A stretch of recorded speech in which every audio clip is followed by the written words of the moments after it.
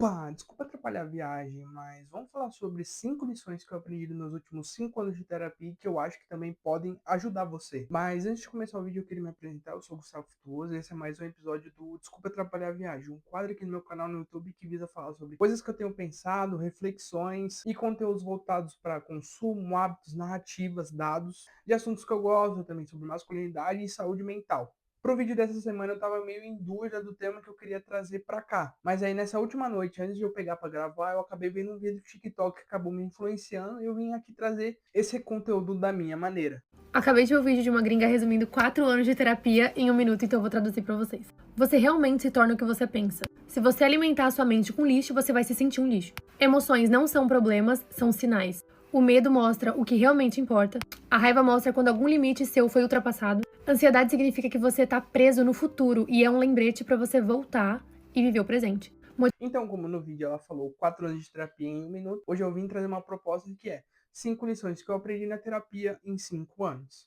A primeira lição é: se não verbalizar, o problema não existe. Eu acabei escolhendo essa como uma primeira lição porque acaba corroborando muito com a ideia da estrutura que é a minha terapia em si, que é algo muito mais voltado à psicanálise, por exemplo. Então, eu acabo falando muito mais, criando uma linha de raciocínio, e aí a profissional que tem me acompanhado durante esses 5 anos só vai pontuando sobre durante a sessão. Então, acho que esse primeiro ponto serve tanto para você, enquanto pessoas, estando sozinha nesse momento de reflexão, como em outras pessoas. A partir do momento que você pensa e fala para fora o que você está sentindo, às vezes não precisa ser necessariamente algo ou uma frase extremamente complexa, bem estruturada em si, mas realmente parar e refletir e falar e ter uma construção dos seus sentimentos em si, embora possa parecer no começo confuso, acredito que possa, a partir do momento que você verbalizar, você conseguir identificar um problema que existe. E aí, obviamente, quando a gente para analisar uma relação a dois, seja ele com um amigo, com um marido, com uma esposa, ou qualquer coisa do tipo, fica muito mais fácil você conseguir identificar um problema e conseguir resolver ele junto com a pessoa. A partir do momento que você verbaliza: olha, eu não gostei disso por conta de X, Y e Z. Fica muito mais fácil para você conseguir tratar isso e resolver isso da melhor maneira possível. A segunda lição é: o vazio faz parte da vida. Esse é um ponto muito mais profundo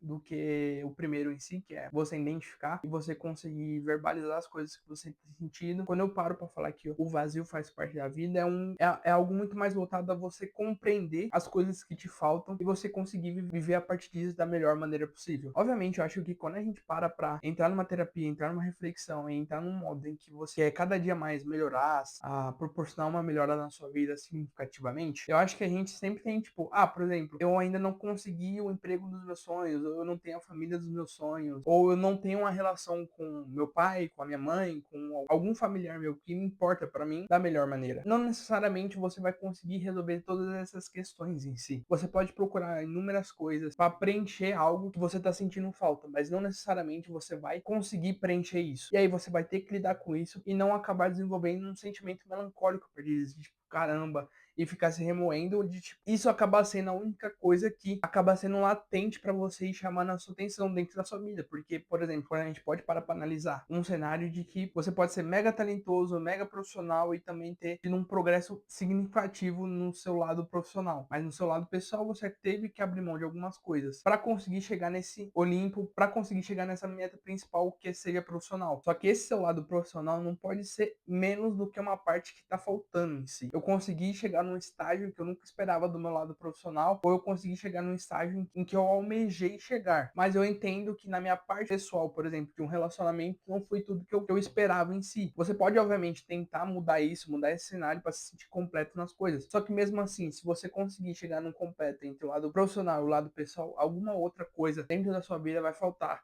E você vai estar nesse caminho eterno de sempre procurar a parte que falta. Então, a partir do momento em que você consegue entender e você consegue encarar que alguma coisa na sua vida você vai sentir um vazio, você não vai conseguir preencher ela, é muito mais tranquilo você viver. Obviamente, não é uma parada de você só aceitar derrotas, vamos dizer assim, mas é assim identificar isso e falar: realmente isso aqui não é algo que eu vou conseguir resolver, mas eu posso ser feliz de outras formas e entender que essa parte não foi tão legal na minha vida e tá tudo bem. A terceira lição que eu aprendi desses meus 5 anos de terapia é: não tenha medo do resultado, o processo é uma dádiva. Para falar sobre isso, eu acho que quando a gente para analisar, quando a gente está crescendo na nossa vida e a gente consegue ter a dimensão do que a gente fez e atitudes passadas e o que a gente se tornou e os resultados dela, eu acho que acaba a gente tendo muito medo do que a gente vai ser na vida em si. Obviamente, tem várias inseguranças que acabam se atraindo nisso, tanto coisas que você controla como coisas que você não controla, como por exemplo, citando novamente um lado mais profissional. Você pode escolher ser um arquiteto, ser um engenheiro, ser um advogado, qualquer coisa do tipo. Mas a partir do momento que você tem algo que não controla, como por exemplo, a instabilidade financeira e econômica que existe no mundo, isso acaba te causando ansiedade, te causando um medo do que pode ser o seu futuro em si. Só que na realidade, a gente não pode ter medo do que vai vir no futuro, e sim entender que o agora, que o hoje é muito mais importante do que foi o seu passado, de, por exemplo, você ter cometido alguns erros que te influenciaram em alguma situação, ou até mesmo não ter tomado uma decisão que, agora que você entende todo o progresso que você teve e o resultado que você teve, não foi tão bom assim. Uma frase que eu gosto de falar quando é esse assunto em si é que o passado não pode se sobrepor o presente e mudar o seu futuro. Então, os seus erros que você teve, as ações que você teve que resultaram no que você é agora, não podem ser maior do que o seu hoje, e a importância de aprender com o seu passado em si, mas não fazer dele o seu presente. Para assim você conseguir, com a bagagem que você trouxe, os pensamentos que você tem agora, mudar o seu futuro e não se preocupar com o que vai ser o resultado disso, e sim entender que o progresso é muito mais importante do que o resultado, porque é algo que você controla. A maneira que você se porta hoje, a maneira que você pensa hoje, a maneira que você toma decisões hoje, é muito mais importante do que foi e do que será no futuro em si. A quarta lição é: se nem você gosta de si, o outro não é obrigado. Acho que esse ponto acaba entrando em alguns meandros muito mais pessoais e de personalidade que a gente pode encarar, assim. Obviamente, a gente quer ter uma situação de você não se gostar e entendendo as pressões que existem no mundo estéticas. Então, acho que você olhar para você e ver que sempre vai estar faltando alguma coisa. Ah, o meu nariz é dessa forma, o meu cabelo não tá dessa forma, ou meu rosto não é de tal forma, acho que isso acaba também minando a gente em um ponto de se gostar. E não gostar de si também acaba desencadeando você largar a mão de si mesmo. Então, a partir do momento em que você não consegue gostar de si, você parar e se olhar no espelho, você não consegue gostar de si mesmo, você acaba largando. Então, você não se preocupa com se você faz um exercício, se você toma água, se você... coisas básicas, tipo, você não passa um creme, você não faz a barba, por exemplo, você não corta o seu cabelo, que você olha, você não é realmente aceito. Por exemplo, você pode ter sofrido bullying na sua infância, na sua adolescência, isso te impactou na sua autoestima. Obviamente, isso acaba impactando na maneira que você se vê e acha, e acaba criando uma realidade paralela de que, a partir do momento que nem você gosta de si mesmo,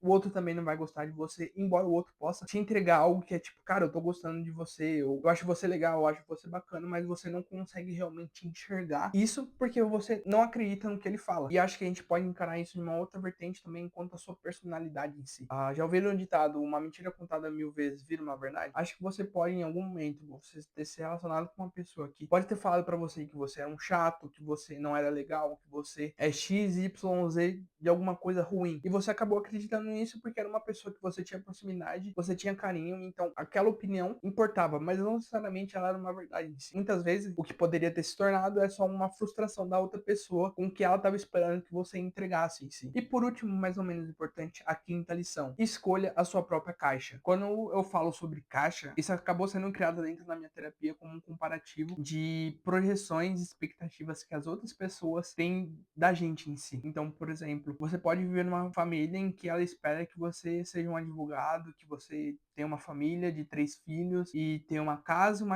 de verão. Mas não necessariamente é isso que você quer, as decisões que você tomou que te levaram a isso em si. E você acaba sentindo toda uma pressão da sua família para couber dentro dessa caixinha que elas querem que você seja. Então é preciso identificar o que você quer realmente e você estar satisfeito com quebrar as expectativas das outras pessoas, embora você goste dela e tenha carinho, apreço por ela. Mas a partir do momento que você olha em cara, tipo, tá, você quer que eu caiba nessa caixa, você quer que eu fique nessa caixa, mas não é isso que realmente eu quero. Eu não caibo nessa caixa, então eu não vou ficar com ela. Vou ficar com essa aqui porque faz muito mais sentido para mim. E acho que tem um ponto nisso também, que acho que a sociedade em si é muito ensinada a gente a reduzir o ser humano em uma coisa só, sendo que o ser humano é muito mais complexo e cheio de nuances que fazem ele não ser apenas uma coisa e conseguir representar isso dentro da sua vida. Então, por exemplo, acho que é sempre posto que você tem que escolher uma profissão e trabalhar com isso durante a sua vida toda, você procurar uma família, você procurar ter uma casa e pagar ela durante 30 anos e coisas do tipo,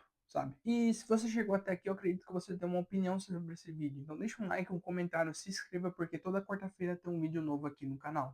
E me siga nas redes sociais. Valeu!